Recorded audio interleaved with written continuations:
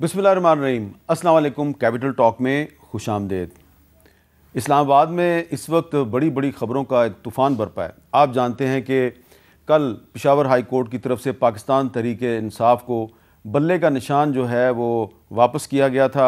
आज election commission of Pakistan ने supreme court में पेशावर हाई कोर्ट के फ़ैसले के ख़िलाफ़ अपील दायर करने का ऐलान कर दिया और ज़ाहिरी बात है कि ये बहुत बड़ी ख़बर थी। और लेकिन इसके पीछे पीछे एक और ख़बर आ गई और वो ये कि सुप्रीम कोर्ट के एक सीनियर जज जनाब जस्टिस एजाजुल एहसन साहब जो हैं उन्होंने भी इस्तीफ़ा दे दिया। इससे पहले जस्टिस मुज़ाहर नकवी साहब भी इस्तीफ़ा दे चुके हैं और जो जस्टिस एजाजुल एहसन साहब हैं ये सुप्रीम जुडिशल काउंसिल के उस बेंच के ये मेंबर थे जिसने मुज़ाहर अली अकबर नकवी साहब के ख़िलाफ़ जो शिकायत थी उसकी समाअत करनी थी और इन्होंने एक नोट भी लिखा था, उस नोट की भी बात करेंगे। लेकिन असल इस वक्त सवाल ये पैदा होता है कि ये जो सुप्रीम कोर्ट में एक तूफ़ान बल्कि बहरान पैदा हुआ है, तो इस बहरान के हमारे जो पाकिस्तान के इस वक्त जो सियासी मामलात हैं उस पर तो असरात मुरतब नहीं होंगे। तो हमारे साथ मौजूद हैं जनाब नईम हैदर पंचोता साहब, वकील हैं और तहरीक-ए-इंसाफ के सीनियर रहनुमा हैं। और ये भी आपको बता दूँ कि आज इनकी अडयाला जेल रावलपिंडी में इमरान खान साहब के साथ बहुत लंबी मुलाकात भी हुई है। और हमारे साथ मौजूद हैं लाहौर में मियाँ जवेद लतीफ़ साहब, इलेक्शन लड़ रहे हैं, कौमी असम्बली का मुस्लिम लीग नून के सीनियर रहनुमा हैं। और सैयद नासिर हुसैन शाह साहब सीनियर रहनुमा हैं, पाकिस्तान पीपल्स पार्टी के साबिक़ सूबाई वज़ीर, ये भी इलेक्शन लड़ रहे हैं। तो हमारे तीनों मेहमान इलेक्शन में भी जा रहे हैं और लेकिन इनसे गुफ्तगू का आगाज़ जो है वो मैं ये जो इस्तीफ़े पे इस्तीफ़ा आ रहा है इससे करूँगा। मियाँ जवेद लतीफ़ साहब, पहले मुज़ाहर नकवी साहब ने इस्तीफ़ा दिया, उनके बारे में आपकी पार्टी की जो पोजीशन है बड़ी क्लियर है। वो चाह रहे थे जी कि इस्तीफ़े के बाद भी उनके ख़िलाफ़ जो सुप्रीम जुडिशल काउंसिल की कार्रवाई है वो चलती रहे। और अब एजाजुल एहसन साहब ने भी इस्तीफ़ा दे दिया है जो कि काजी फाजिसा साहब के बाद चीफ़ जस्टिस ऑफ पाकिस्तान बनने वाले थे। क्या हम ये कह सकते हैं कि ये इस्तीफ़ा उन्होंने इसलिए दिया है कि क्योंकि उनको ये लग रहा है कि आपकी पार्टी ने एक क्लियर पोजीशन ले लिया और अगर आप आने वाली हुकूमत का हिस्सा बनते हैं तो आप उनको विक्टिमाइज़ कर सकते हैं? शुक्रिया हामिद मीर साहब, मगर मैं ये गुजारिश करूँगा कि ये जमात का इशू नहीं है, ना मेरा कोई स्टांस लेने का की वजह से ये है। ये स्टांस सारी जमातों को लेना चाहिए, तमाम पॉलिटिकल फोर्सेस को, तमाम अदारों को लेना चाहिए। और जो अभी आप फरमा रहे थे कि सुप्रीम कोर्ट में एक बहरान पैदा हो गया, बहरान आज नहीं पैदा हुआ। सुप्रीम कोर्ट में बहरान उस वक्त पैदा हुआ था जब साकिब निसार साहब ने अपनी मनपसंद के फ़ैसले देने शुरू किए। बहरान उस वक्त पैदा हुआ था जब बंदयाल साहब ने अपनी मर्ज़ी से किसी को गुड टू सी यू कहना शुरू किया। बहरान ये नहीं है, बहरान ये है कि भाई देखें, आप किसी के दबाव में आके फ़ैसला करते हैं, भले आप की मर्ज़ी शामिल नहीं होती मगर आप किसी के दबाव में फ़ैसला करते हैं तो जस्टिस कहाँ हो गया। फिर आप ये बताएं कि फैज़ाबाद धरने के आप सिर्फ ये कह रहे हैं ना कि ये मॉनिटरिंग जज थे। एजाजुल एहसन मॉनिटरिंग जज खाली नहीं थे, ये वो लोग हैं जिन्होंने फैज़ाबाद धरने के हवाले से जो जजमेंट आई और उसके ख़िलाफ़ फिर रेफरेंस दिलवाया गया और देने वाले और दिलवाने वाले दोनों की सरपरस्ती मौसूफ़ करते रहे हैं जो आज रिज़ाइन कर रहे हैं। मगर आज मुझे ये कहना है कि देखें, किसी भी अदारे में इससे कोई तल्लक रखता हो, वो सियासी जमात का कोई मेंबर हो, किसी अदारे का कोई मेंबर हो, आइन कानून से मावरा वो नहीं है, ना होना चाहिए। और अगर अच्छी सिमत को एक अदारा जाना शुरू हुआ है या दूसरा अदारा खुद एहतसाबी करना शुरू हुआ है तो हमें तो अप्रिशिएट करना चाहिए। हमें तो इसको अच्छी निगाह से एक अच्छा कदम के तौर पे देखना चाहिए कि अच्छी जानब एक कदम उठा है। तो मैं ये नहीं समझता कोई बहरान है, मैं ये समझता हूँ कि आइन कानून की बालादस्ती के लिए ये एक अच्छा कदम है। भले किसी को एहसास आज हुआ है कि मुझसे माजी में गलतियाँ हुई हैं और उसका मुझे मुदावा करना चाहिए, या एक अदारे को एहसास हुआ है कि हमें जो माजी में दाग लगा है हमारे माथे पे उसको धोना चाहिए और लोगों का एतमाद बहाल होना चाहिए। अच्छा नईम पंचोता साहब, ये जो एजाजुल एहसन साहब का इस्तीफ़ा है इसके बारे में तो कुछ लोग कहते हैं जी कि बड़ा शॉकिंग है, क्योंकि ये तो काजी फाजिसा साहब के बाद चीफ जस्टिस बनने वाले थे। क्या ये कहना दुरुस्त है कि मज़ाहर अली अकबर नकवी साहब ने भी इस्तीफ़ा इसलिए दिया कि वो अपने खिलाफ एलिगेशंस का सामना नहीं कर सकते थे, और इनके बारे में भी बताया जा रहा है कि एक रेफरेंस आ रहा था तो इन्होंने भी फैसला किया कि उसका सामना करने की बजाय बेहतर है इस्तीफ़ा दे दो? बहुत शुक्रिया अहमद नबी साहब, आपने मौका दिया। पहली बात तो ये है कि मैं ये समझता हूँ कि जिस तरह पहले मज़ाहर अली नकवी साहब ने इस्तीफ़ा दिया और उसके बाद आज हमने ये देखा, इस तरह की सूरत हाल क्यों पैदा हुई? जजेस के ऊपर प्रेशराइज़ उनको कैसे किया जाता है? कोई भी मामला हो, चाहे वो इलेक्शन के हवाले से हो या किसी की डिस्क्वालिफिकेशन के हवाले से हो या सिविलियन का मिलिट्री ट्रायल हो उसके हवाले से हो, तो कई ऐसी चीज़ें थीं जो हम देख रहे थे जो प्रॉपर तौर पर की जाती थी और बाकायदा तौर पर ट्रॉलिंग जो है करके उनको प्रेशराइज़ किया गया, उनको मजबूर किया गया कि आप फैसले करवाएं। अब बात यह है कि यहाँ पर बात की जा रही है कि बंदयाल साहब ने गुड टू सी यू कहा। जब बंदयाल साहब के टाइम के ऊपर इमरान खान साहब को रात को हटाया गया था, उस वक्त बंदयाल साहब ठीक थे और बंदयाल साहब के और भी फैसले मौजूद हैं जिसमें उन्होंने इलेक्शंस के हवाले से भी दिए या बाकी भी, वहाँ पर तो ये खुशियाँ मनाते रहे। और दूसरी बात ये रह गई कि जिस तरह आइन की, कानून की यहाँ पर पामाली की जा रही है उसके ऊपर भी इनको चाहिए कि वो बोलें। इलेक्शन की अगर बात की जाए उसके ऊपर भी बोलें। जो आज कह रहे हैं कि इदारे अपना काम कर रहे हैं तो इदारे के ऊपर बताएं ना कि जहाँ पर अगर आपके हक़ में फ़ैसले आएँ तो वो ठीक है। जिस तरह एक शख्स को क्वालिफाई करके उसको इलेक्शन में उतारा गया है और दूसरी तरफ खान साहब की डिस्क्वालिफिकेशन वाला मामला अभी तक पेंडिंग है सुप्रीम कोर्ट में और वो उसके ऊपर कोई समाअत नहीं है। और ये भी बताएं कि जब फंडामेंटल राइट्स के हवाले से कोई पटिशन जाए तो वहाँ पर एतराज़ लगे कि ये कोई मफाद आमा का मामला नहीं है, ठीक है, लेकिन मुल्क के अंदर जो जुल्म जबर हो रहा है उसके ऊपर आप क्योंकि बेनिफिशरी हैं, आप उससे मुस्तफ़ीद हो रहे हैं, तो लिहाजा आप भी इंडोर्स करते हैं कि नहीं बिल्कुल बड़ा ज़बरदस्त काम हो रहा है। अच्छा, नासिर हुसैन शाह साहब, आप क्या कहेंगे कि ये दो मुअज़्ज़ज़ जज साहिबान ने जो इस्तीफ़े दिए हैं, ये दबाव में आके इस्तीफ़े दे दिए हैं या ये राह फ़रार इख्तियार किया है और अब उनके खिलाफ कोई कार्रवाई नहीं होगी? बिस्मिल्लाहिर्रहमानिर्रहीम, अल्लाहुम्मा सल्ली अला मुहम्मद व आले मुहम्मद। देखें, जिस तरह अदालत और सुप्रीम कोर्ट में एक नई तारीख़ रकम की जा रही है जिसको हम अप्रिशिएट करते हैं, जिस तरह मौजूदा चीफ जस्टिस साहब ने जो बहुत सारे फ़ैसले भी किए और जो नई रवायात इन्होंने डाली हैं, और ये बिल्कुल ऐसा ही होना चाहिए जैसे खालिद लतीफ़ साहब कह रहे थे कि किसी पर दबाव ना दबाव हो ना ही फिर झुकाव हो किसी की तरफ। अच्छा। तो फिर ही अदालतों के फ़ैसले जो हैं वो तारीख़ी भी होते हैं और वो सब उसको सराहते भी हैं और उसको कबूल भी करते हैं। और अभी जो सूरत हाल जिसके लिए आप कह रहे हैं, ये बचाव की सूरत हाल भी हो सकती है, क्योंकि वैसे तो हमारे लिए सब बहुत ही मोहतरम है जितने जस्टिस साहिबान हैं, और मज़ाहिर नकवी साहब से तो हमारी ज़ाती भी न्याज़मंदी है। लेकिन ये जिस तरह उन्होंने इस्तीफ़ा दिया, लेकिन क्योंकि वो ऑलरेडी हो चुकी थी उस पर डिस्कशन और फिर उनको अब दोबारा भी बुलाया गया है, तो जो जस्टिस साहब हैं एजाजुल हसन साहब, वो हमारे लिए मोहतरम हैं, लेकिन उनके लिए भी ये बात आ गई है, मीडिया पे भी है, सोशल मीडिया पे भी, कि एक रेफरेंस इनके लिए भी तैयार हो रहा है। तो मे भी इस वजह से भी हो। दूसरा, बहुत सारे इश्यूज़ हैं जो उठाए जा सकते हैं कि जब इनके फैसले आए और जिस तरह उस वक्त फैसले किए गए, और खालिद लतीफ़ साहब मेरे सीनियर हैं, उन्होंने साकिब निसार साहब से शुरू किया, लेकिन और हाँ, जावेद लतीफ़ साहब हमारे मोहतरम हैं, जी जावेद लतीफ़ साहब मेरे मोहतरम हैं, लेकिन इन्होंने तो साकिब निसार साहब से शुरू किया। ये कहानी तो और पीछे भी जाती है। तब भी दबाव, झुकाव और इस तरह के फैसले होते रहे हैं, और पीपल्स पार्टी तो बहुत विक्टिम रही है हमेशा से।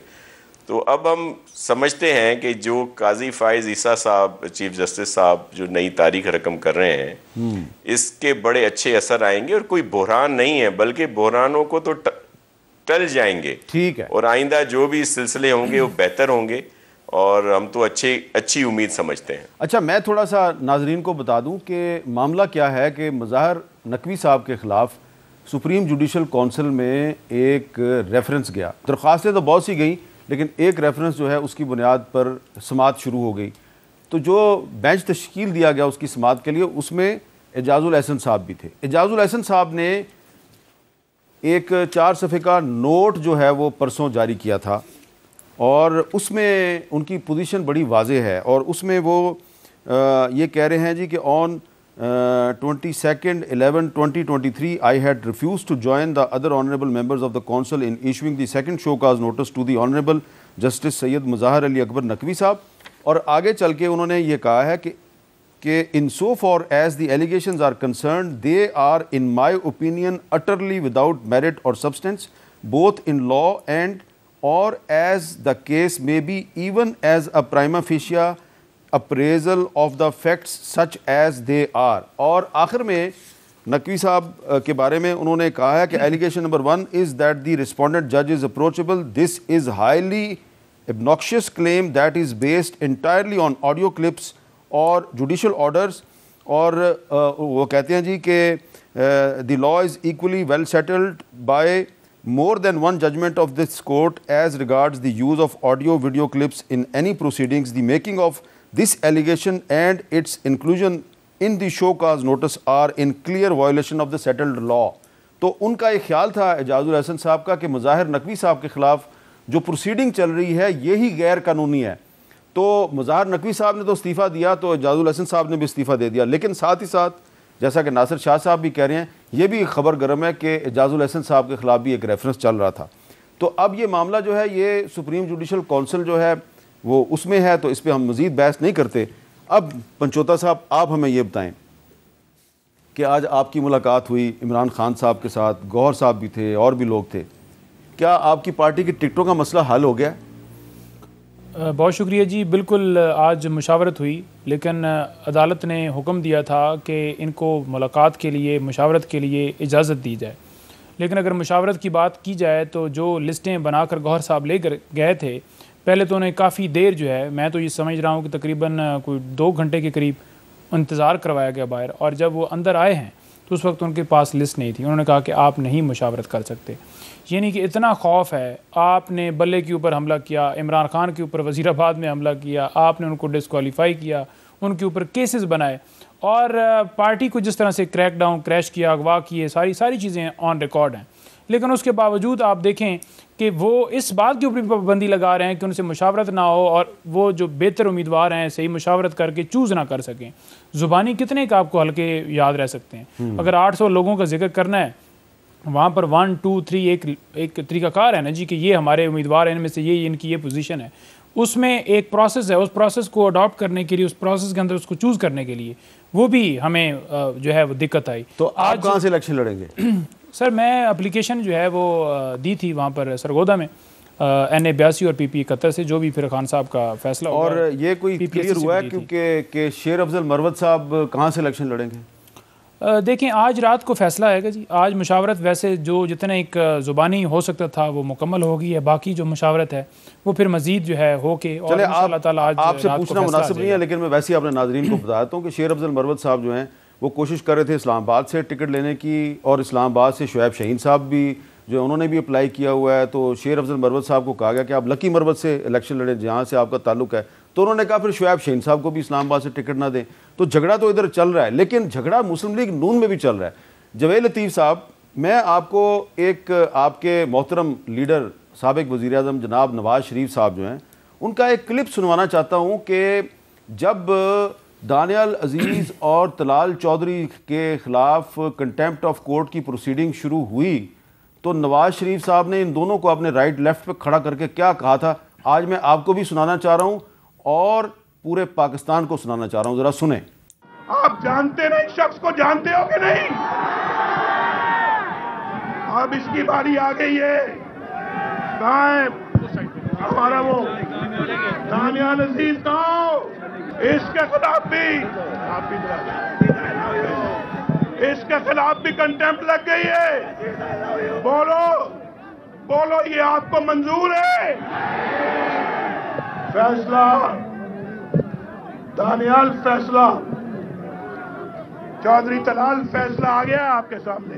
तो जवेद लतीफ़ साहब, फैसला ये आया कि दानियाल अजीज़ और तलाल चौधरी दोनों ने अपने सियासी कैरियर के 5-5 साल जो हैं वो नवाज़ शरीफ साहब के लिए कुर्बान कर दिए। और अब फैसला ये आया है कि दानियाल अजीज़ फारग, उनको टिकट नहीं दी गई, और तलाल चौधरी साहब को आपने लटकाया हुआ है, देनी है टिकट, नहीं देनी, उसको देनी है, शेर वसीर को देनी है। ये आपने नवाज शरीफ साहब के साथ वफादारी का मुजाहरा करने वाले जो 2 आदमी थे, आपके वज़ीर थे, उन्होंने 5-5 साल कुर्बान कर दिए। ये इतनी ह्यूमिलेशन एक सियासी कारकुन की, ये क्या पैगाम दे रहे हैं आप लोग पाकिस्तान के बाकी सियासी कारकुनों को? देखें हामिद मीर साहब, जहाँ तक दानियाल अजीज़ का तल्लक है या तलाल चौधरी का तल्लक है, इसमें कोई शक नहीं है कि उन्होंने एक सियासी कारकुन होते हुए जमात के लिए कितनी बड़ी कुर्बानी दी। और मैं समझता हूँ कि लीडरशिप को उसका अदराक रहना चाहिए। और मैं आज भी कहता हूँ कि वो एसेट हैं दोनों जमात के। उन्होंने हक़ का उस वक्त आवाज़ बुलंद की जब खाल खाल लोग इस तरह की बात करते थे। मगर मैं एक जो नईम हैदर साहब बात कर रहे थे ना, अगर इजाज़त दें तो मैं उस पर बात ज़रूर करना चाहता था कि इन्होंने कहा कि दबाव है आज और दबाव में फ़ैसले लिए जा रहे हैं, दबाव में वो जो इस्तीफ़े आ रहे हैं, इनके शायद इल्म में नहीं है नईम हैदर साहब के कि भाई दबाव इसको नहीं कहते। दबाव इसको कहते हैं जब एक जस्टिस शौकत अजीज़ सदीकी साहब के पास हाजिर सर्वस लोग चले जाते हैं, ताकतवर लोग चले जाते हैं, और ये दबाव नहीं है। दबाव ये है जब जस्टिस सेठ वक्कार एक बड़ा तारीखी फ़ैसला देते हैं। और मैं आज सलूट करता हूँ आज की सुप्रीम कोर्ट को भी कि उन्होंने तमाम तर चीज़ों को ख़ातिर में ना लाते हुए भी एक बड़ा फ़ैसला दिया एक आइन तोड़ने वाले के ख़िलाफ़। मगर आपको ये याद रहना चाहिए, दबाव उसको कहते हैं कि जब आप एक आइन कानून के मुताबिक जस्टिस करते हैं तो आपके ख़िलाफ़ फिर रेफरेंस आता है। और मौजूदा चीफ जस्टिस जो हैं उनसे ज़्यादा और कोई नहीं जानता कि दबाव किसको कहते हैं, उनसे ज़्यादा कोई नहीं जानता कि आइन कानून के मुताबिक फ़ैसले देने वालों के साथ सलूक क्या होता है। मगर आप अगर हमें ये कह रहे हैं ना कि आज हमारे साथ क्या हो रहा है क्या नहीं, आपको याद नहीं है यही अदालतें जो हैं 11 साल फॉरेन फंडिंग जो केस था वो लटका रहा। आपको ये याद नहीं है कि 8 माह होने को हैं, 9-10 मई का जो वाक़या है वो रियासत पे हमला था मगर उस पर आज तक फैसला नहीं हो सका। ये भी आपको याद रखना चाहिए। और जब आप इन चीज़ों को याद नहीं रखेंगे तो फिर यकीनन आप अपनी बात करेंगे और कोई सुनने वाला नहीं होगा। ठीक है। अच्छा नासिर शाह साहब, ये बताएं कि ये जो अब इलेक्शन की मुहिम तकरीबन स्टार्ट हो चुकी है, बिलावल साहब पंजाब में जलसे कर रहे हैं, इससे पहले उन्होंने KPK में भी जलसे किए, लेकिन दूसरी तरफ आपके ख़िलाफ़ सिंध में एक बहुत बड़ा इत्तेहाद बन रहा है, तो कोई आपको दबाव महसूस हो रहा है कि पीपल्स पार्टी के ख़िलाफ़ उसका जो बेस है सिंध, वहाँ पे एक बहुत बड़ा अलाइंस बन रहा है और मुस्लिम लीग नून और GDA, MQM, JUI और बहुत सी दीगर जमातें जो हैं सिंधी नेशनलिस्ट इकट्ठे हो रहे हैं, तो कोई प्रॉब्लम तो नहीं होगी आपको? जी बिल्कुल प्रॉब्लम नहीं होगी। ये अलायंस जो हैं ये हमेशा पीपल्स पार्टी के ख़िलाफ़ बनते रहे हैं और अब भी ये जो इतना बड़ा अलायंस जिसमें PMLN, MQM, JUIF, GDA और फिर दूसरे भी हमारे दोस्त, हमें सबके लिए एहतराम है जितनी पॉलिटिकल पार्टीज़ हैं जहाँ जो उनमें शख्सियात हैं, लेकिन हम उनसे बिल्कुल ख़ाइफ नहीं हैं। अच्छा। उसकी वजह ये भी है कि ये तो बड़े दिनों से ही चल रहा है ना कि ये अलाइंस बन रहा है और जी बड़ा टफ टाइम पीपल्स पार्टी को दिया जाएगा, लेकिन पूरी सिंध में जितने भी इलेक्टेबल्स या वो लोग भी जो हमसे जीते हुए थे और या थोड़े मार्जिन जिनके थे लास्ट इलेक्शन में 2018 वाले में, वो सब तो पीपल्स पार्टी में आ गए। और इस वक्त भी ये जितनी शख्सियात आपको नज़र आ रही हैं मेरे लिए बहुत मोहतरम है, लेकिन हमारे पास स्पेस नहीं है। अगर हमारे पास स्पेस हो तो इनमें से आधे से ज़्यादा आपको ये भी पीपल्स पार्टी में नज़र आए। अच्छा। तो हम तो यहाँ बिल्कुल स्वीप कर रहे हैं, ना सिर्फ दही एरिया बल्कि जो शहरी इलाके हैं। मैं कराची की बात करूँगा, हैदराबाद की बात करूँगा कि जहाँ पे पहले हमें सीटें बहुत कम मिलती रही हैं, इस दफ़ा तो हम वहाँ भी स्वीप कर रहे हैं। और ये जो इत्तेहाद है इससे हमें बिल्कुल एक रत्ती भर भी हम ख़ाइफ नहीं हैं। और आप देखिएगा कि 8 फरवरी 2024 को आपको ये रिज़ल्ट सामने आएंगे, बल्कि सिंध के अलावा भी दूसरे सूबों में भी इंशाल्लाह हम सरप्राइज़ देंगे। अच्छा, अब हम बात करेंगे जी, एक आज इलेक्शन कमीशन ऑफ पाकिस्तान की तरफ से फ़ैसला किया गया कि जो पेशावर हाई कोर्ट का फ़ैसला है कि पाकिस्तान तहरीक इंसाफ को बल्ले का निशान वापस दिया गया, तो इलेक्शन कमीशन ऑफ पाकिस्तान ने इस फैसले को सुप्रीम कोर्ट में चैलेंज करने का फ़ैसला किया। और इसके अलावा एक और पार्टी है, उस पार्टी ने इलेक्शन कमीशन को दरख्वास्त दी है कि ये बल्ले का निशान जो है उन्हें दे दिया जाए। अब ये कौन सी पार्टी है और इस पार्टी के अंदर जो इलेक्शन हुआ था वो कैसे हुआ था और उसका क्या रिज़ल्ट आया, ये हम आपको बताएंगे एक वक्फे के बाद।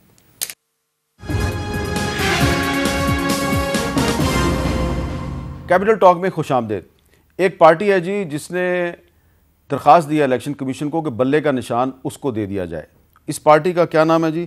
इस पार्टी का नाम है जी technology movement Pakistan. Technology movement Pakistan. चलें, अच्छा है कि एक पॉलिटिकल पार्टी का नाम जो है वो बड़ा टेक्निकल्स है, टेक्नोलॉजी मूवमेंट पाकिस्तान। लेकिन इस पार्टी जो है इसकी रजिस्ट्रेशन का जो नोटिफिकेशन है वो हुआ जी 1 जनवरी 2024 को, यानी कि अभी चंद दिन पहले इसका नोटिफिकेशन हुआ है।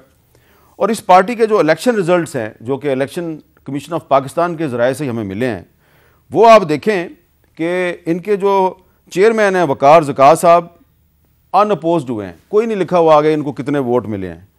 और उसके बाद जनाब नबील रशीद साहब प्रेसिडेंट हैं अनअपोज्ड, फ़र्रुख रहमान ख़ान साहब vice president unopposed, Hafiz Mohammad Usman secretary general unopposed. तमाम ऑफिस बेरर जो हैं वो अनअपोज्ड इनके हुए हैं जी मुंतखब, और इसको रजिस्ट्रेशन भी मिल गई है। और ये पार्टी कह रही है जी कि पीटीआई का जो बल्ले का निशान है वो उनकी बजाय आप टेक्नोलॉजी मूवमेंट पाकिस्तान को दे दें। तो ये इनका पता नहीं इलेक्शन कमीशन क्या फ़ैसला करती है, लेकिन मैंने आपको ये बताया कि ये पार्टी जो है इसका नाम क्या है और इसमें इलेक्शन कैसे हुआ।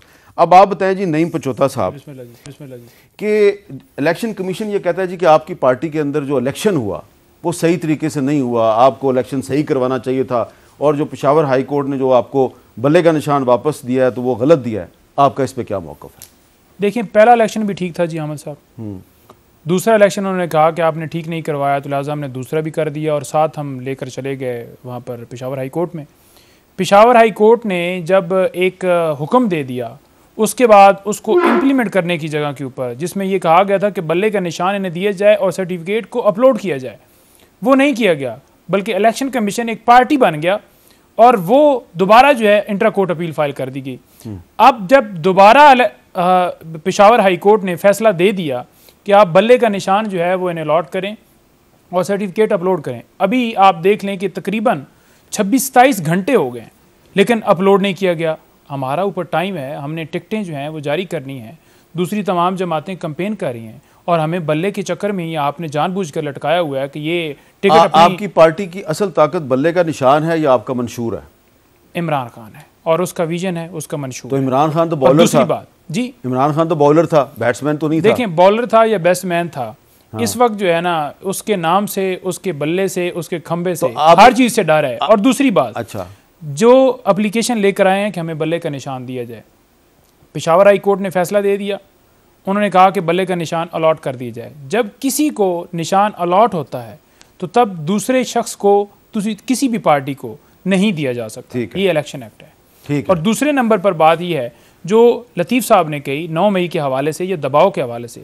दबाव किस पे है? दबाव उस पे है जिसके खिलाफ रात दिन प्रोसीडिंग चलाई जा रही हैं, उन जजेस पे दबाव नहीं देखते। आज भी इस्लामाबाद हाई कोर्ट ने साइफर केस के अंदर जितनी प्रोसीडिंग्स हुई थी, जैसे पहले कलदम की गई थी, आज फिर कहा गया कि ट्रायल वहाँ से शुरू होगा। तो इस तरह से ट्रायल चल रहे हैं।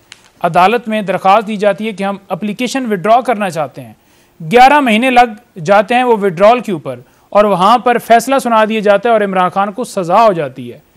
और उस वक्त वो दरख्वास्त लगती है जब टाइम ही गुजर जाता है। अब सुप्रीम कोर्ट में हम गए उस फैसले को लेकर, लेकिन सुप्रीम कोर्ट में उस दिन केस फिक्स हुआ जब हमारा पेशावर हाई कोर्ट में भी फिक्स था, हमें वो मजबूरन वापस लेनी पड़ी। अच्छा जवेद लतीफ़ साहब, मुझे ये बताएं कि अगर तहरीक इंसाफ से बल्ले का निशान ले लिया जाता है तो बतौर एक पॉलिटिकल वर्कर के आप ये नहीं समझते कि ये उस पॉलिटिकल पार्टी के साथ ज्यादती है? मैं हामिद मीर साहब आपकी खिदमत में गुजारिश करूंगा कि किसी जमात से उसका निशान नहीं छीना जाना चाहिए। किसी सियासी जमात को आप इस निज़ाम से, इस सिस्टम से आउट करेंगे तो सवाल उठेंगे। मैं सिर्फ इतनी गुजारिश करूंगा कि अगर इजाज़त दे दें वो भी, कि नईम हैदर साहब ने 2-3 बातें कही हैं। इन्होंने एक फरमाया है कि इमरान खान पे बड़ा दबाव है, डे टू डे हेयरिंग हो रही है। इनको याद रखना चाहिए कि इनके खिलाफ कोई JIT नहीं बनी। इनको याद रखना चाहिए कोई सुप्रीम कोर्ट का मॉनिटरिंग जज नहीं ऊपर बैठा हुआ। इनको याद रखना चाहिए जो ये फरमा रहे हैं, जो अभी आपने खुद भी फरमाया कि एक जमात जो है वो बल्ले का निशान लेना चाह रही है, तो 4 दिन हुए हैं उसको बने हुए। तो आपको याद है ना कि जब नवाज शरीफ को नाहल किया गया तो लाहौर में ज़िमनी इलेक्शन था, तो रातों रात 2 जमातें बना दी गई थीं और उनको निशान अलाट कर दिए गए थे और उन्होंने इलेक्शन हमारे खिलाफ लड़ा ताकि इनके वोट तकसीम हों। और जो आज ये बात कर रहे हैं ना नईम हैदर साहब, हम 4 साल तमाम वो जमातें जो पाकिस्तान की असेंबली में मौजूद थी, जिनकी नुमाइंदगी मौजूद थी, हम ये इनसे कहा करते थे कि जो आप आग लगा रहे हो इसकी तपश आपको महसूस होगी। और आप इंतकाम में इतने अंधे थे और एक पेज पे थे कि आपने सबको जलाने की जो ठान ली, आज उसकी तपश आप महसूस कर रहे हैं। मगर इसके बावजूद भी मैं ये कहता हूँ कि 9-10 मई के वाक़या में लोग जो शामिल हैं, उनके अलावा बाकी तमाम लोगों को इलेक्शन लड़ने की इजाज़त होनी चाहिए और बल्ले का निशान भी होना चाहिए। मैं ये कहता हूँ कि अगर आप बग़ैर किसी तस्दीक के, बग़ैर आप किसी वजह के हर बंदे को उठा लेंगे और शाह से ज़्यादा शाह के वफादार बनने की कोशिश करेंगे, तो आप नुकसान कर रहे हैं उन पॉलिटिकल फोर्सेस का जो माजी में ज़ेरे ताब रही हैं आपके, या माजी में जो आपसे नुकसान भुगत चुकी हैं, मगर आज भी उनका नुकसान हो रहा है इस लिए कि आप वो काम कर रहे हैं जो माजी में होता रहा है, नहीं होना चाहिए। ये आपका इशारा पंजाब पुलिस की तरफ है या किसी और की तरफ है? मैं ये कहता हूं कि कोई भी अदारा हो, मैं ये कहता हूं कोई भी सूबा हो, मैं ये बात करता हूं। चलें ठीक है, वही आपका इशारा उनकी तरफ है जिन्होंने आप पे भी 124A का बगावत का मुकदमा बनाया, उन्हीं की तरफ इशारा ना। लेकिन हामिद साहब एक सेकंड के लिए मैं आपसे ये भी गुजारिश करता हूं और ये तवक्को रखता हूं, मुझे ये बताएं कि रियासत पर हमला करने वाले जो हैं वो सियासी कारकुन हो सकते हैं? और क्या रियासत जो है 8 माह से इंसाफ नहीं मांग रही? क्या रियासत को इंसाफ मिल रहा है? नहीं मिल रहा रियासत को इंसाफ 8 माह गुजरने के बावजूद भी, कि आप कभी किसी को रिलीफ दे देते हैं और कभी किसी को मासूम कह देते हैं और कभी किसी के लिए और अल्फाज इस्तेमाल कर देते हैं। अच्छा, क्या इतना रिलीफ माजी में किसी जमात को मिला है? इसका मैं जवाब आपसे लूंगा, लेकिन नासिर शाह साहब मैं आपसे ये पूछना चाहता हूं कि अगर पाकिस्तान पीपल्स पार्टी से तीर का निशान ले लिया जाए तो क्या यह मुनासिब होगा? देखें, हमसे तो हमारी तलवार का निशान ले लिया गया था, बल्कि PPP को बैन करके फिर हमने 4P बनाई। हमारा तो बिल्कुल वाज़ेह स्टांस है और चेयरमैन बिलावल भुट्टो जरदारी साहब कई दफ़ा कह चुके हैं कि PTI को बिल्कुल हिस्सा लेने दिया जाए और उनका सिंबल भी होना चाहिए जो बल्ला है या जो भी वो है। लेकिन मैं सिर्फ एक ज़रूर रिक्वेस्ट करूँगा कि पंजोता साहब कानूनदां हैं और मुझसे ज़्यादा बेहतर समझते हैं, लेकिन देखें जो प्रोविंशियल हाई कोर्ट होती है उसका जो फैसला होता है वो उस प्रोविंस तक महदूद होता है। अगर इलेक्शन कमीशन का ये फैसला था जिसको इन्होंने चैलेंज किया, तो ये इस्लामाबाद हाई कोर्ट में करना चाहिए था। अच्छा, और फिर अब भी मैं ज्यादा मुझे कानूनी पता नहीं, लेकिन ये तो बहुत सिंपल सी बात है। मुझे समझ आ गई, प्रोविंशियल हाई कोर्ट होती हैं या जहां भी, मुझे समझ आ गई आप क्या कहना चाहते हैं। शायद आप उसका इशू जरूर आप शायद वही कहना चाहते हैं जो अहमद वली खान साहब कहना चाहते हैं, कभी कहते हैं कभी फिर नहीं कहते, फिर स्टेटमेंट कहते हैं मैं कायम हूँ, कभी कहते हैं नहीं कायम। बहरहाल, लेकिन एक सवाल जो है वो मैं आपसे ये करने लगा हूँ, क्योंकि आपकी आज इमरान खान साहब से मुलाकात हुई है, तो अलीमा खान साहबा ने आज एक बड़ी अहम बात की है, ज़रा सुने वो क्या कह रही हैं। इमरान खान के ऊपर 202 केसेस हैं और इन 202 केसेस में उनको जो फ़र्क ज़राए से ऑफ़र आती है कि अगर आप हमारा कहना मान लें तो आपके सारे 202 केसेस एक दिन में ख़त्म हो जाएंगे। तो एक दिन में केसेस कैसे ख़त्म हो जाएंगे? अव्वल बनने नहीं चाहिए थे, जब बन गए तो एक दिन में केसेस कैसे ख़त्म हो सकते हैं? थोड़ा सा आप हमें बताएंगे हमारे नाजरीन को कि ये इमरान खान साहब को क्या कहा जा रहा है कि अगर वो मान जाएं तो उनके खिलाफ 202 केसेस ख़त्म हो जाएं? देखिए, इमरान खान साहब को यही कहा जाए कि आप अमेरिका को क्यों आपने इनकार किया अड्डे देने से। अगर आप अड्डे दे देते या आप एब्सोल्युटली नॉट ना कहते या आप इस माफिया के खिलाफ खड़े ना होते तो फिर आपके लिए क्लीन चिटें थी। और आज भी यही मामला है कि अगर वो पड़ा है तो सिर्फ खुददारी और इस मुल्क की आज़ादी और इस मुल्क के अंदर जो इदारे हैं, जैसे आज प्रेशराइज़ किया जाता है और मर्ज़ी के फ़ैसले लिए जाते हैं, इनके लिए पड़ा हुआ है कि मुल्क के अंदर रूल ऑफ लॉ हो, आइन की बालादस्ती हो। अमीर और गरीब के लिए जो एक बनाया गया कि अलग अलग कानून है, तमाम कानून के बराबर हैं। और दूसरी बात ये रह गई जो ये कह रहे हैं कि डील करेंगे। आज भी मैंने उनसे सवाल किया कि एक जो साफ़ी हैं, हमारे सीनियर साफ़ी हैं, वो कह रहे थे कि खान साहब अंदर रो पड़े हैं। उन्होंने कहा ये किसने कहा? मैंने कहा जी कुछ शायद इधर से कोई बंदा वहाँ पर मौजूद था जियो का। तो उन्होंने कहा जी कब ये हुआ? तो मैंने बताया कि यूं इस तरह से कोई चला है बयान और उसके ऊपर मेरा ख्याल में चौधरी साहब ने किया और फिर कोई आई थिंक सो तरदीद भी आई है या कोई उसके ऊपर जस्टिफिकेशन आई है। तो उन्होंने कहा कि बात यह है कि मैं अगर घबराए हुआ हूँ और मैं कहता कि मुझे छोड़ दो, मैं डील करने के लिए तैयार हूँ, मैं बाहर जाने के लिए तैयार हूँ और मुझे लंदन भिजवा दो, मैंने इलाज करवाना है, या मैं कोई बहाना बनाता ना, फिर मैं कहता मेरे केसेस ख़त्म कर दो, मैं आपसे माफ़ी मांगता हूँ। बात यह है कि ये सिर्फ प्रोपेगेंडे हैं, कमज़ोर करने के लिए, लोगों के अंदर एक तासर पैदा करने के लिए कि जनाब इमरान खान तो टूट गया है, या वो तो बिल्कुल डील करने के लिए तैयार है, या तो वो तो बिल्कुल आप कहते थे कि बड़ा दिलेर और बड़ा बहादुर और बड़ा इस तरह का। उन्होंने आज बड़ा एक वाज़ेह जुमला कहा। उन्होंने कहा आपने ज़रूर जाकर ये बताना है। उन्होंने कहा कि देखें, ये जो नवाज़ शरीफ है ना, इसके हवाले से मैं एक कमेंट करना चाहता हूँ। इसके हवाले से कमेंट मैं ये करना चाहता हूँ कि अगर नवाज़ शरीफ जो है जैसे कानून के सामने वो सरेंडर करता कानूनी तरीके से, तो फिर उसकी और एक तरीके से उसको देखा जाता, ट्रीट किया जाता। लेकिन क्योंकि इसने तरीका ये इस्तेमाल किया है, इस तरह से इसने उधर से डील किया है कि जैसे इसको सलूट पड़े हैं, जैसे इसको क्लीन चिट दी गई है, जैसे इसके लिए रेड कारपेट बिछाए गए हैं, ये अपनी मौत आप मर गया। सियासी तौर पर इसका खात्मा हो गया आज। अच्छा, आपने जो बात की कि इमरान खान साहब ने ये वजाहत की है कि वो बिल्कुल नहीं रोए और उनकी आंखों से कोई आंसू नहीं आए, मेरा ख्याल है ये मुख्तलिफ चैनल्स पे ये खबर चली थी। बिल्कुल गलत, लेकिन आपकी वजाहत जो है वो जियो पे आ गई। ठीक है, बिल्कुल जियो पे आपकी वजाहत आ गई, बिल्कुल आ गई, सही आ गई है। और मैं खुद 2 दफ़ा पूछा है। हाँ, बिल्कुल खान साहब ने क्लियर कट बताया और कोई इस तरह की कोई ऐसी जो ये खबर चलाएगी सारी झूठी है। दूसरे नंबर पर जो 9 मई की बात कर रहे हैं, 9 मई का सबसे ज़्यादा फ़ायदा किसको हुआ?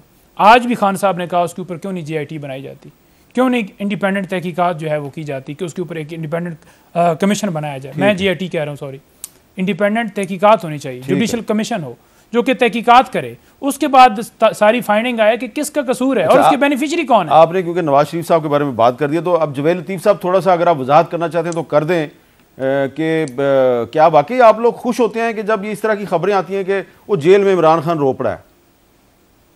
देखें हामिद मीर साहब, हम इतने कम ज़र्फ नहीं हैं जितने कम ज़र्फ इमरान खान थे। आप देखें कि वो नकलें उतारा करते थे, वो नकलें उतारा करते थे कि इस तरह गुफ्तगू करते हैं नवाज शरीफ, वो बाकायदा कपड़ा लेके कहते थे कि इस तरह मुंह छुपाते हैं। मगर मैं ये नहीं कहता, मैं ये कहता हूँ कि आप ये देखें कि आपके लिए कानून और है, आपके लिए 8-10 कमरों पे मुश्तमिल एक कमरा बनाएं, जिम बनाएं और देसी मुर्गियां खिलाएं। आप मुझे ये बताएं कि नवाज शरीफ के लिए आलमी कुव्वतों ने साजिश करनी थी? क्या नवाज शरीफ ने पाकिस्तान के लिए कुछ सर्व किया था जिसके लिए उनके खिलाफ साजिश होती? और मुझे ये बताएं कि मजमून जो छपा इनका इमरान खान साहब का, और आज जो बात की जा रही है कि इनके खिलाफ केसेस ख़त्म कर दिए जाएं, डील करे, इसकी इन्वेस्टिगेशन होनी चाहिए, अदालों को इन्वेस्टिगेशन करनी चाहिए कि अलीमा बीबी जो बात कर रही थी दुरुस्त है और वो मजमून इसका है या नहीं, और ओन किस तरह वो कर रहा है। फिर इसी तरह मैं ये कहूँगा कि नवाज शरीफ के साथ या भुट्टो के साथ इमरान खान को खुदा के लिए उसका तकाबली जायजा भी लेना मुनासिब नहीं है। कहाँ जुल्फकार अली भुट्टो, कहाँ नवाज शरीफ और कहाँ इमरान खान, खुदा का खौफ किया जाए। आपकी वजाहत आ गई। मैं एक ब्रेक लूंगा और ब्रेक के बाद एक बहुत ही अहम इशू है, हमारे मीडिया में उसका बिल्कुल जिक्र नहीं हो रहा, उस इशू पे बात करेंगे वक्फे के बाद। कैपिटल टॉक में दोबारा खुशामदीद। अहम इशू ये है कि आज मैं इस्लामाबाद में जो लापता बलोचों की बाजियाबी के लिए एक एहतजाजी धरना चल रहा है, मैं वहाँ पे गया। वहाँ पे मुझे एक आज़ाद कश्मीर का शहरी मिल गया और वो आज़ाद कश्मीर का शहरी जो है उसने भी शोर मचाया कि मेरा भी जो एक रिश्तेदार है वो लापता है और उसको अगवा किया है इंडियन आर्मी ने। पहले ज़रा उसकी बात सुन लें आप। मैं इकबाल बिन नास हूँ बागा 10 से। हमारा एक भाई मारूफ बिन नास मेरे बड़े भाई 23 दिसंबर को चकोटी बॉर्डर से इंडियन आर्मी की जद में आके, वो एक मजदूर आदमी था, लकड़ियाँ काटने गया था। 2 बंदे थे, एक पकड़ा गया, वो बेचारा पकड़ा गया। उसके बच्चे यहाँ पे इस्लामाबाद में हमारे पास मौजूद हैं और मैंने फ़ॉरेन ऑफिस, मैंने हर इदारे में जाके दस्तक दी है, कोई रिस्पॉन्स नहीं मिला। मेरे पास हर एक चीज़ पड़ी हुई है। खुदा के लिए जियो न्यूज़ हमारी आवाज़ बने, ये मीडिया अदा से हमारी गुजारिश है कि हमारी आवाज़ बने और उन बच्चों को उनका जो वालिद है उनको लौटाया जाए। अच्छा, अब ये कोई पहला वाक़या नहीं है। ये 27 दिसंबर को लाइन ऑफ कंट्रोल से इंडियन आर्मी ने एक आज़ाद कश्मीर का शहरी जो है जिसके पास पाकिस्तान का शनाख्ती कार्ड है उसको अगवा किया है। 2023 में इस तरह के वाक़यात बार बार हुए हैं और इसी तरह का एक वाक़या जो है ये अक्टूबर 2023 में जब हुआ था तो उस वक्त लाइन ऑफ कंट्रोल के रहने वाले लोग जो हैं उन्होंने क्या बताया था, ज़रा सुने। चंद दिन पहले हमारे 5 नौजवान जो कि जड़ी बूटी के लिए और माल मवेशी देखने के लिए जंगल गए थे, वो इंडियन आर्मी ने अगवा करके उनको मार दिया और सोशल मीडिया पर ये खबर दिया है कि ये दहशतगर्द थे, जबकि वो दहशतगर्द नहीं है। और चंद दिन पहले जब निगरान वज़ीर-ए-आज़म अनवारुल्लाह काकड़ साहब मुजफ्फराबाद गए तो वहाँ पे एक मुकामी सहाफ़ी अमीरुद्दीन मुग़ल, उन्होंने उनको ये सवाल किया। सुने सवाल क्या था और जवाब क्या था। लाइन ऑफ कंट्रोल पे सीज फायर तो हो गया, लेकिन भारत की तरफ से अब तक वायलेशन जारी है।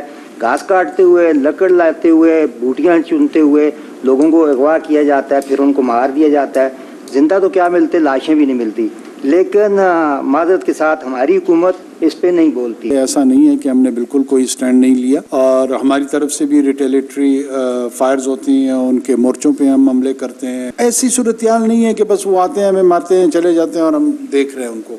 अब सवाल ये पैदा होता है कि इस वक्त लाइन ऑफ कंट्रोल पे एक सीज़ फायर है और ये जो सीज़ फायर था इसका ऐलान हुआ था फरवरी 2021 में और उसके बाद फिर हमने ये भी सुना था कि फिर जी मोदी साहब पाकिस्तान का दौरा करेंगे। उन्होंने दौरा तो नहीं किया और लेकिन ये है कि सीज़ फायर जो है वो अभी तक चल रहा है। तो अगर सीज़ फायर चल रहा है तो फिर इंडियन आर्मी जो है वो आज़ाद कश्मीर के शहरियों को लाइन ऑफ कंट्रोल से अगवा कैसे करती है और उनको कत्ल करके ये इल्ज़ाम क्यों लगा देती है कि ये दहशत गर्द हैं। तो ये मामला जो है इस पर किसी को बोलना चाहिए, कोई वजाहत करनी चाहिए कि ये सीज़ फायर है या नहीं है, सीज़ फायर है या नहीं है। और अगर वायलेशन हो रही है तो पाकिस्तान बताए कि सीज़ फायर नहीं है, इंडिया ने सीज़ फायर तोड़ दिया है। हमें ये तो बताया जाता है जी बलूचिस्तान में इंडिया साजिश कर रहा है, हमें ये भी बताया जाता है जी कि वो जी अफ़गानिस्तान के रास्ते से पाकिस्तान में जो दहशत गर्दी हो रही है इंडिया करवा रहा है। तो ये जो आज़ाद कश्मीर में इंडियन आर्मी आज़ाद कश्मीर के शहरियों को उठा के ले जाती है, इस पर कोई क्यों नहीं बोलता। नासिर हुसैन शाह साहब, पाकिस्तान पीपल्स पार्टी कश्मीर के मसले पे हमेशा बड़ा एक क्लियर स्टैंड लेती है, इस मामले पे आप क्या कहेंगे? जी बिल्कुल ऐसा नहीं होना चाहिए और ये, लेकिन मैं समझता हूँ कि जो हमारे इदारे हैं, फॉरेन ऑफिस या गवर्नमेंट या जो दूसरे मुख्तलिफ इदारे हैं, वो इस बात को ज़रूर रेज़ करते रहे हैं और ये बहुत अरसे से इस तरह की वायोलेशंस इंडियन साइड से होती रही हैं और हमारे कई लोग शहीद हुए हैं या जो जैसे अभी आप बता रहे थे अगवा हुआ है, ये तो अभी आज है, लेकिन शहादतें तो बहुत हुई हैं और वो हमेशा वहाँ से इस तरह की शिकायत आती रही है। और हमारी तरफ से भी जो प्राइम मिनिस्टर साहब ने कहा, केयर टेकर ने, कि यहाँ से भी होते रहे फायर, लेकिन इस चीज़ को मज़ीद बेहतर तरीके से उजागर करना चाहिए और ताकि इस तरह के वाक़यात ना हों। अच्छा, इस पे आपकी पार्टी अब जा रही है, पंचोता साहब इलेक्शन में जा रही है, आपकी पार्टी के मंशूर में क्या मौक़िफ़ इख्तियार किया जाएगा? क्योंकि आपकी पार्टी के ज़माने में ये सीज़ फायर हुआ था ना, उनकी हुकूमत थी इमरान खान साहब की, तो ये जब सीज़ फायर हुआ था, तो अभी आपका क्या मौक़िफ़ होगा कि इंडिया के साथ दोस्ती होनी चाहिए नहीं होनी चाहिए? देखें, जो खान साहब का इसके ऊपर बयान था ना, इसराइल, इंडिया, अमेरिका के ऊपर, उन्होंने कहा कि ये डील करके नवाज़ शरीफ आया, आते ही इसने इंडिया के हक़ में स्टेटमेंट दी है।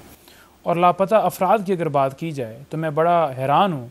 अचकज़ई साहब कह रहे हैं कि हमारे मुल्क के अंदर सिर्फ 820 लोग जो हैं वो लापता हैं। ये जान अचकज़ई ने कहा, जान अचकज़ई साहब ने कहा, उन्होंने कहा कि सिर्फ 820। वो मिसालें दे रहे हैं कि उस मुल्क में इतने लापता हैं, उस मुल्क में इतने लापता हैं। यही हाल इस PMLN या बाकी PDM का भी है। ये कहते हैं जी कि 2017 में हमारे साथ ज्यादती हुई, 2013 में हमारे साथ ज्यादती हुई। भाई हमें बताएं कि क्या इमरान खान की हुकूमत थी? इमरान खान ने आपको कहा था कि आप करप्शन करें, बदयांती की बुनियाद के ऊपर सुप्रीम कोर्ट ने आपको नाअहल किया था और उसका आपका जवाब देना चाहिए था, जो कि आज तक जवाब नहीं दिया गया। जवेद लतीफ़ साहब ये कह रहे हैं कि नवाज शरीफ साहब जो हैं उन्होंने वापस आते ही इंडिया के साथ अच्छे ताल्लुकात बनाने का बयान दे दिया। तो ये जो मैंने पर्टिकुलर वाक़े का जिक्र किया है, लाइन ऑफ कंट्रोल पे आज़ाद कश्मीर के शहरियों को इंडियन आर्मी उठा के ले जाती है, इस पर क्या मौक़िफ़ है आपका? देखिए अहमद मीर साहब नईम जो हैं हैदर, ये कानूनदार ज़रूर हैं मगर एक तारीखदान नहीं है। इनको ये इल्म नहीं है कि इनके जो लीडर थे, जिनको आज ये लीडर कह रहे हैं, मकबूजा कश्मीर का सौदा किस तरह हुआ था, जो ट्रंप से वापसी पे इन्होंने विक्ट्री का निशान बनाया था। मगर मैं ये कहूँगा क्योंकि आपके पास वक्त कम है, कश्मीर हो या बलूचिस्तान हो, वहाँ की जो एहसास महरूमियाँ हैं उनको हम ये तो कहते हैं मुदाखलत होती है, मगर उनकी एहसास महरूमी को उजागर आज तक हम लोगों ने नहीं किया, ना उनको ड्रेस किया है। हमें इन इश्यूज पे काम करना है, ना कि हम दीगर इशू बिल्कुल ठीक है पे काम करते रहते हैं या उस पे जिक्र करते रहते हैं। नासिर हुसैन शाह साहब और नहीं होता साहब, लेकिन मैं चलते चलते ये ज़रूर कहूँगा कि लाइन ऑफ कंट्रोल पे आज़ाद कश्मीर के शहरियों को भारतीय फ़ौज हर आए दिन अगवा करती है, उनको कत्ल कर देती है, शहीद कर देती है।